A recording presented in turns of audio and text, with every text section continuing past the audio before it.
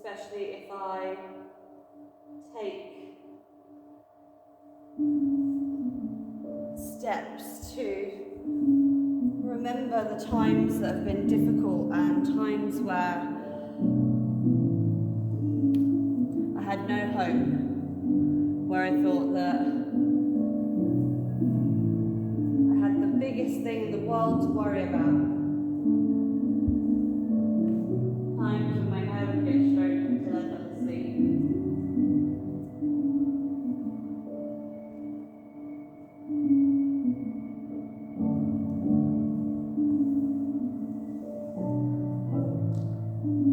And yet to really get to know someone where you can see the happy days and the dark days. They might not just outwardly tell. So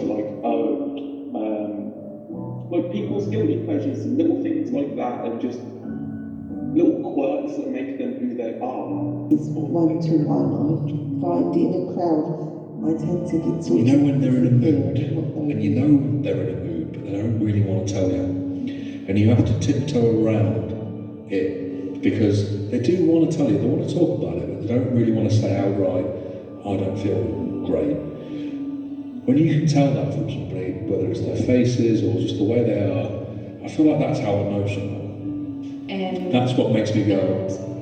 Usually, just feeling like really content and safe in that person's company, like, you know, maybe any anxieties, or even just bonding over emotions like happiness. If you know someone really well, joy, you can get to this kind basically of comfortable. pure and strong emotions. There's never I think one of the other catalysts when they thank you when you're not there, and they're generally just interested in you and spending time with you.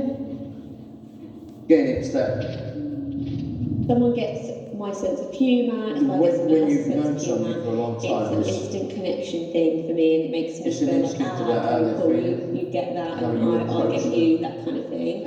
And I feel like that is something that can always make things a little easier if you just kind of get someone's humour. If you know somebody well, it's because you care, and you care about how they are. That connection with someone I feel when somebody shows their vulnerable side to you already know is when you truly get to know them. kind of read them. And when you're And looking there's for that something skills that care from. I guess you just feel like comfortable already behind his know all that stuff. just from joining the dots of his history, like, you know, using.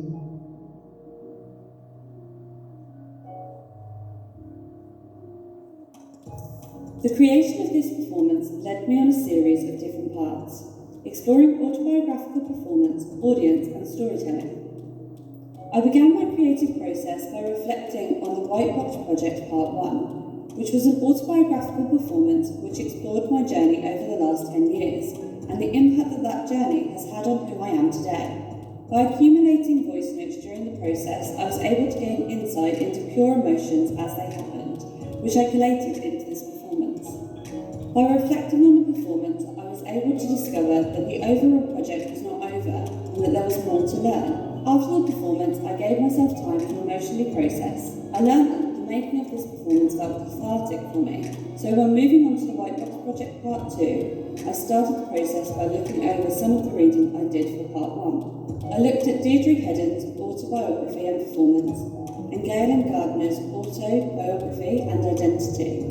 Reviewing these books and reflecting on how they related to my first performance gave me an insight into the raw nature of the autobiographical performance. I discovered that the performance itself and the process largely came from my own experience, emotions and process, rather than outside research that I had conducted. I wanted to take this learning into the performance, and so I started to create some mind maps, lists of stories and words that I felt encompassed me and who I am today. Continuing my reflections on the White Box Project 1, I analysed the effectiveness of the audience and their role within the performance. Again, reviewing reading and questionnaires that I had done for my previous performances allowed me to consider my audience more deeply. Within the questionnaires, I asked asked the audience how they felt before, during and after the performance. This gave me an insight into their role as audience and how they felt during the first performance. Again, I went back to my bookshelf and read through the notes from my previous performances. The research that I'd already done helped me to discover that I had also learned that audience relationship with the artist, whether that be where the audience is sat or stood, or where they enter the room, or how they enter the room, has a profound effect on how they view the entire performance.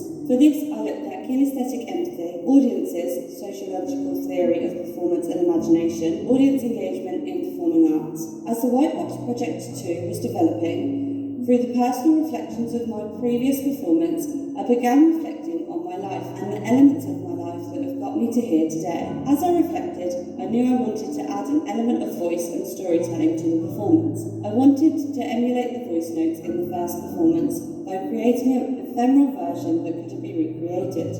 The more I researched into my own history and the choices that I've made, the more I discovered about my next performance and how my performance was going to develop.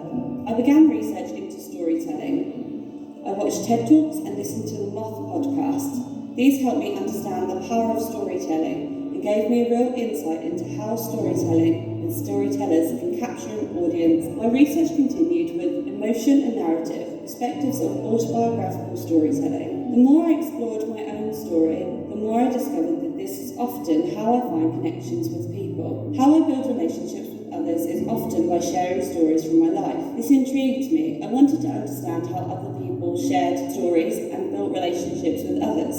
I wanted to discover how people like to receive stories and how people knew if they knew somebody, how they would get to know somebody. The cat's cradle idea came from thinking of each story as a line, as a linear tale in your life, an invisible piece of string that motivates you and allows you to have a journey, changing and exploring, moving through different directions. With each decision and each choice that is made, your direction changes. There's a new place to go, new people to meet. There's going to be a change within everybody's journey, and I wanted to find a way to represent that as an idea for the imagery in White Box Project 2. The symbolism of the white box is how I visualise life. Life is encased in a white box. The white box is a canvas, a blank space that allows us to create beautiful artwork. I wanted the audience to be a part of the performance, and I felt that they needed to be able to have both a sensory and tactile experience.